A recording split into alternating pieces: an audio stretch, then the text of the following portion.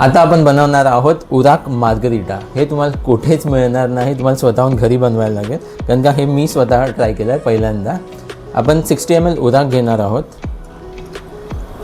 कारण का ह्याचा फ्लेवर सिट्रस बरोबर बराच चांगला जातो. त्यामुळे आपण घेणार आहोत ट्रिपल सेक हे आपण 30 ml घेऊया.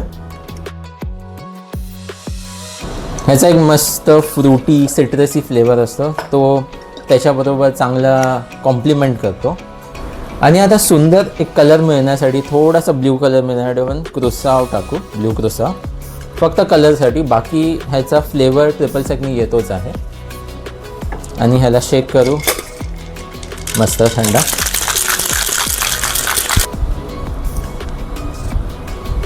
हा कलर बघा ब्ल्यू क्रुसावमुळे.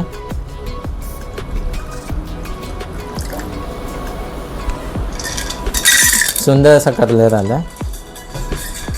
आणि मग एक ऑरेंजच्या स्लाइसनी ह्याला गार्निश करूया. रेडी आहे आपला उराक मार्गरिटा. ट्राय करून बघा तुम्ही.